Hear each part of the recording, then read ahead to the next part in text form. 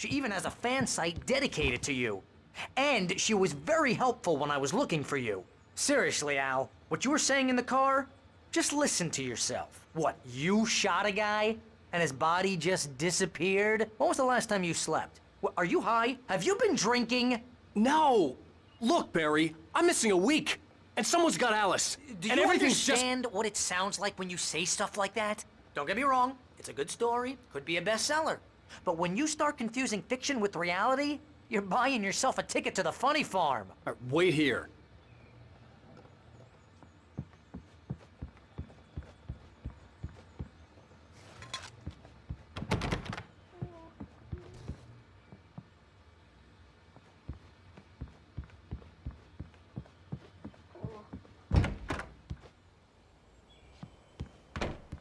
Easy there, boy. I'm almost done. Hey, Rusty, right? You rent cabins. Oh, Mr. Wake. I'd shake your hand, but mine are kind of full here. Actually, I'm sorry about this. Would you mind grabbing the registration form from the desk? It's just across from Bucktooth Charlie. Okay, sure. What happened? Crazy poachers. Max here got his foot caught in a trap. They're illegal to use here. Hell, you're not supposed to hunt within the park at all. But that doesn't stop some lowlifes. Well, at least Max is gonna be okay. He got lucky. Max is still groggy from the shot I gave him, and I'd rather not leave him alone you just can't yet. just go and The meet form's a on the desk across kidnapper. from the mammoth skeleton. Those situations always end up in disaster. You gotta talk to the cops. I'd come here to rent a cabin, where I could wait till midnight.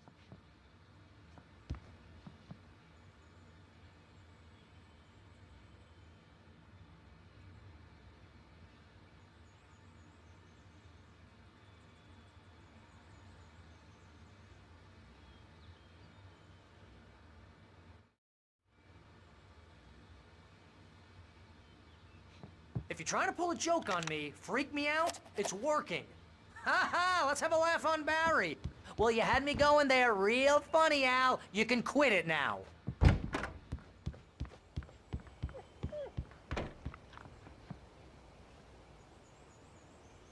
I think this is the form you wanted.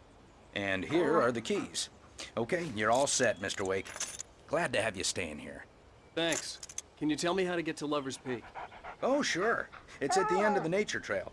Just follow the paths, you'll get to it eventually. It's an easy walk.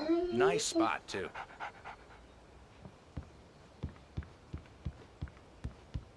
Look, Al, you're asking me to believe that you shot a dude who went poof into thin air.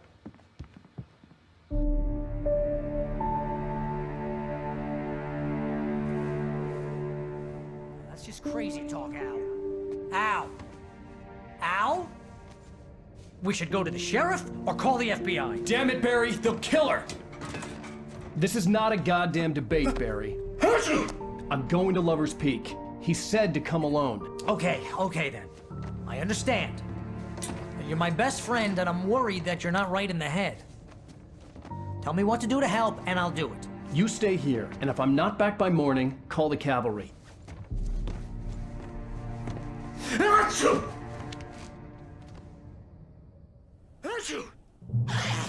Just be careful with the natives, Al. These yokels are dangerous. Everybody hates a tourist, or it'll be Deliverance all over again.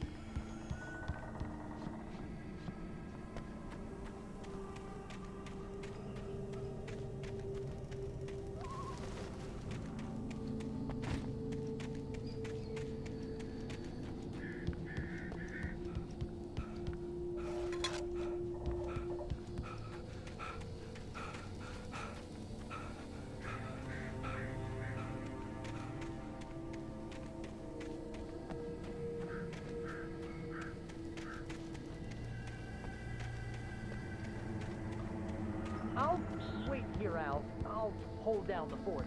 I'll be with you in spirit every step of the way, Al. Locking the door now.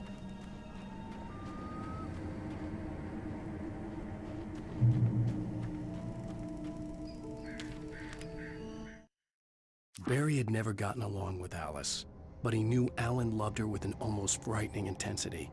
And now something had happened to Alice. And here was Al armed with a gun and saying things people got put in padded cells for. It was as if his friend had experienced a massive psychotic episode and was now totally disconnected from reality.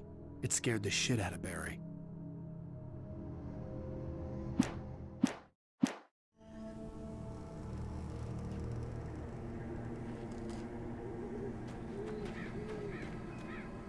Barry had the keys to the car he rented.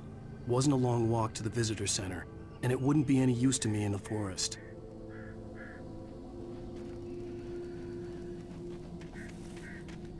I knew I should have gone to the cops. This wasn't the smartest thing I'd ever done, but I was still angry with Barry for trying to talk me out of it. These people had called me right in the sheriff's station. The cops wouldn't scare them, and they had Alice.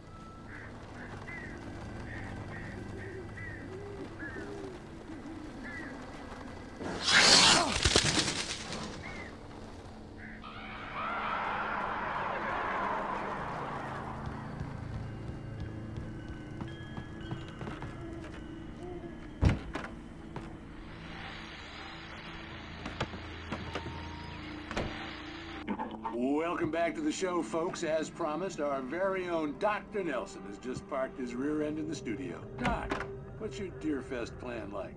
My plan? You make it sound a lot more organized than I ever seem to manage.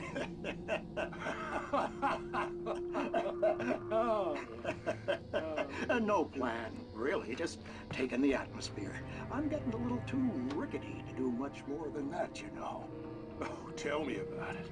No sack race for us older gentlemen, huh?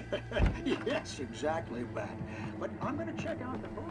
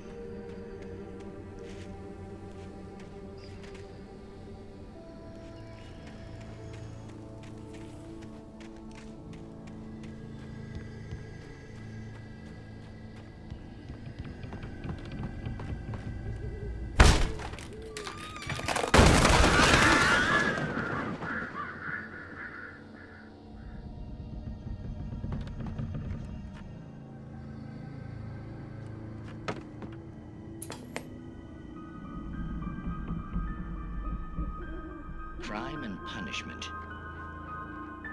The cancer and cure of civilization. But some crimes are impossible to punish.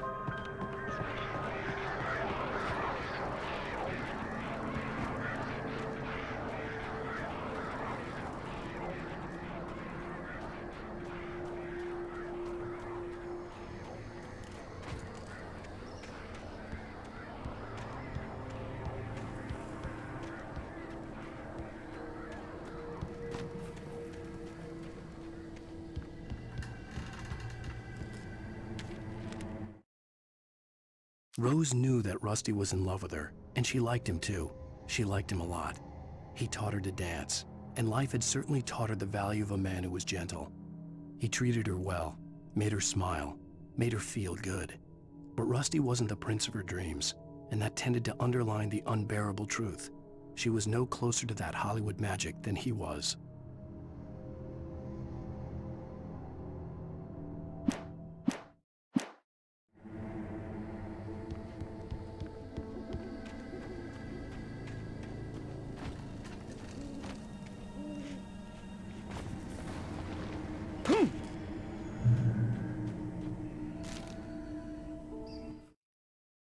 The air in the visitor center was heavy with an awful smell, as if some rotten drowned thing had crawled up from its grave.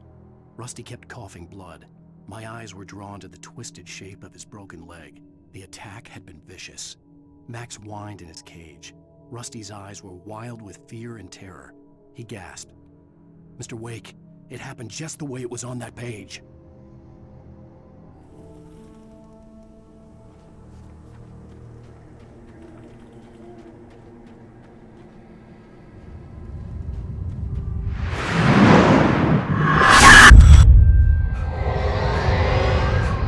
The vision left me weak. This was no head injury.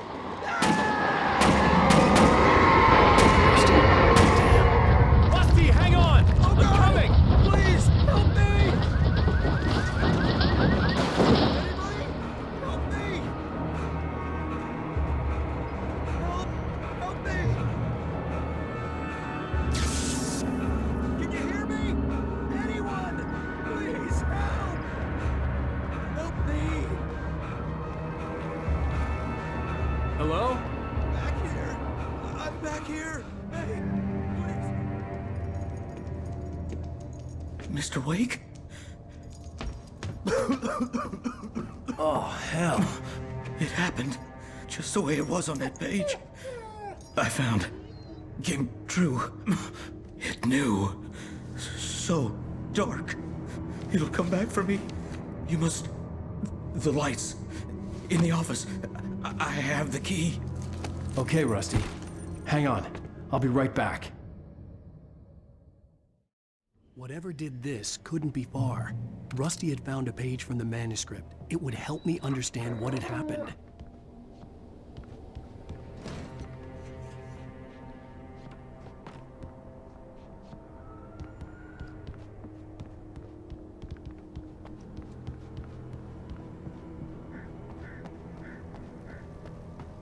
The only way to make sure that Rusty was safe was to get the power running and the lights back on.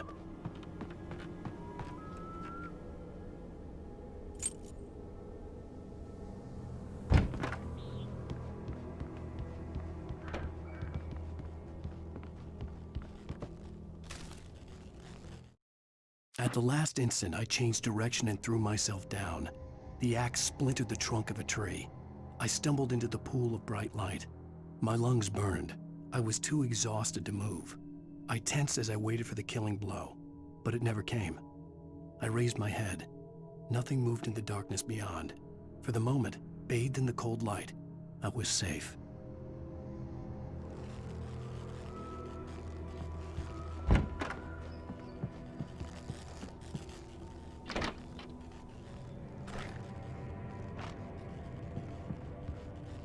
I was too late. Someone had destroyed the circuit breaker. There was no way to get the lights back on. Rusty! Rusty! The ground was covered with glowing flames, like liquid darkness.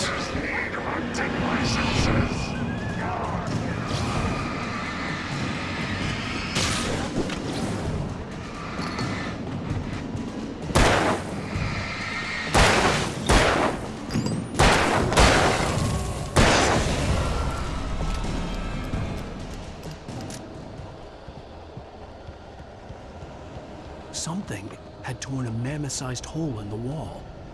Please! Don't feed the animals. Fishing! Is only permitted For those visitors. who purchase a park Fishing. license, obey Operator's instructions. at all times. Rusty? Rusty, no! Never Railroad goes in 100 yards. two bears and wolves. Never approach any other wildlife closer than pets must be leashed. All times. Never leave your cat.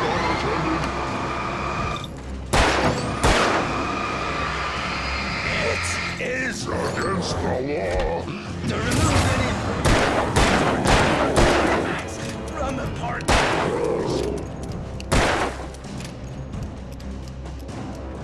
This one's even. I go on the road.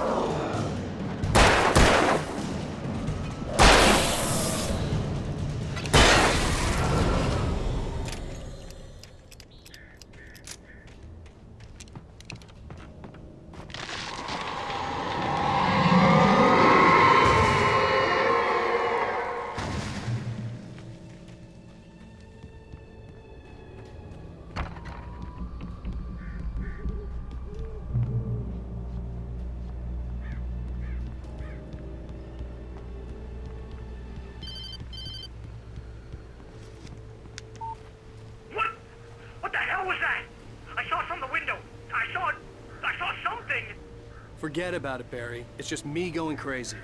Oh, jeez. Oh, jeez. You're not crazy. I wish you were crazy, but you're not crazy. Al, be careful. Stay in the cabin. Don't open the door for anyone. I mean it.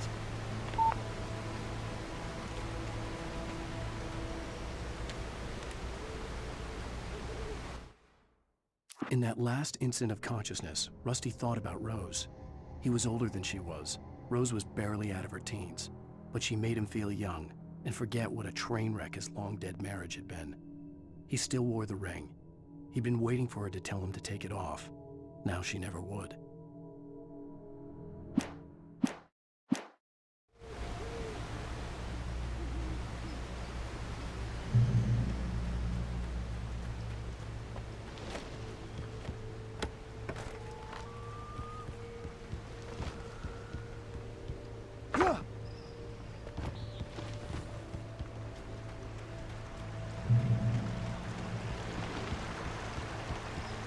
Lover's Peak was at the far end of the nature trail.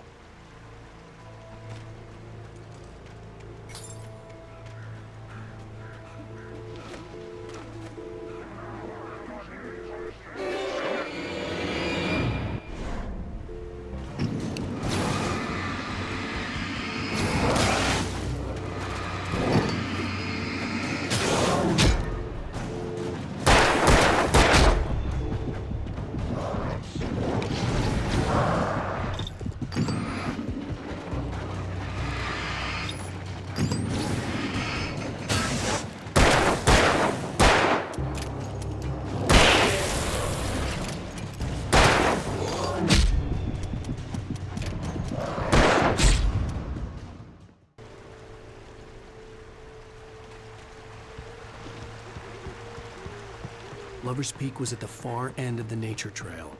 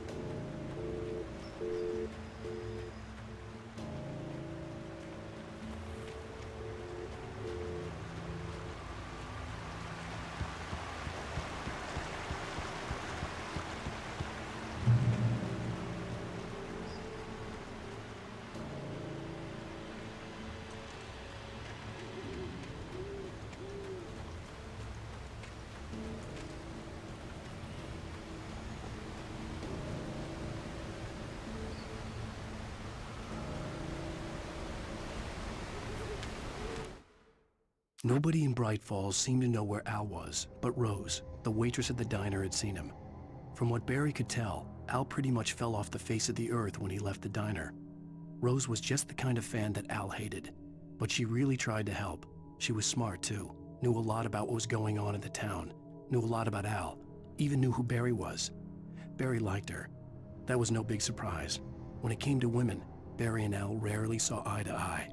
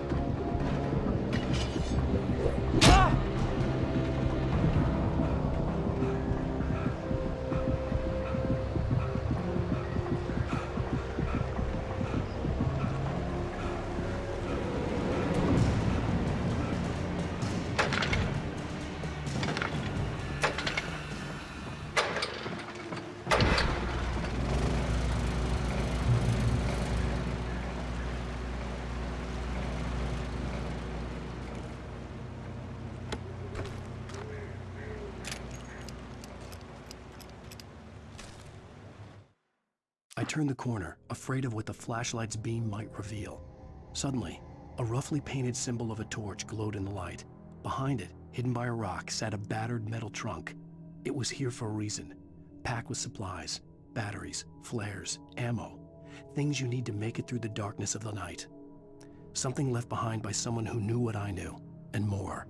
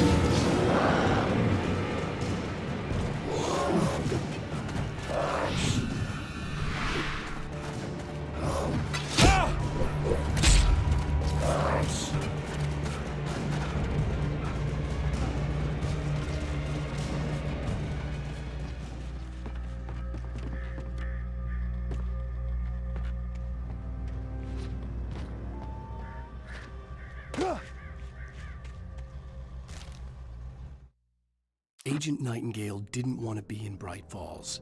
These little communities revolted him, and he didn't like the trees or the coffee. He now knew that impossible horrors lurked behind the storefronts and smiles. He desperately wanted to turn the car around and just drive until he passed out or ran out of road and booze. But he had a job to do. He had a rider to catch, at any cost.